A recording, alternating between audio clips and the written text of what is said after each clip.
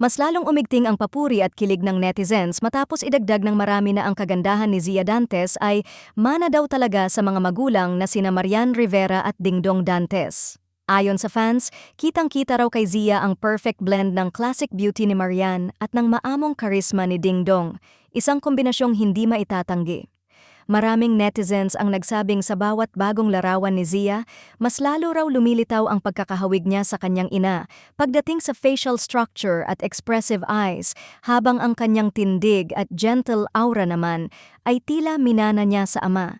Para sa kanila, hindi na nakapagtataka kung bakit agad itong napapansin at hinahangaan sa tuwing may bagong larawan o video na lumalabas.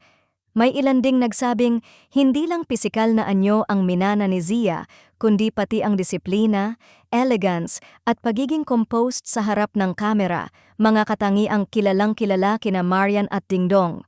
Ayon sa fans, ramdam na maayos ang pagpapalaki sa kanya, kaya kahit nasa gitna ng atensyon ay nananatili siyang natural at hindi pilit. Hindi rin maiwasan ng netizens na balikan ang pagiging power couple ni Marian at Dingdong, na kilala sa pagiging family-oriented at protective sa kanilang mga anak. Kaya para sa marami, ang kagandahan ni Zia ay hindi lang bunga ng genes, kundi ng mahal at balancing environment na kinalakihan niya. Sa kabila ng papuri, marami ring fans ang nagpahayag ng paalala na sana'y manatili ang focus sa pagiging bata ni Zia, masaya, simple, at malaya sa pressure ng showbiz. Ayon sa kanila, sapat na ang paghanga at suporta at mas mahalaga pa rin ang normal na pagkabata kaysa sa anumang expectations ng publiko.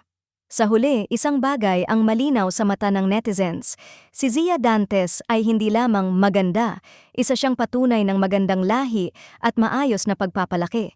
At habang patuloy siyang hinahangaan ngayon, umaasa ang fans na lalaki siyang dala ang pinakamahusay na katangian ng kanyang mga magulang. May ganda, may puso, at may simpleng ningning na kusang lumalabas.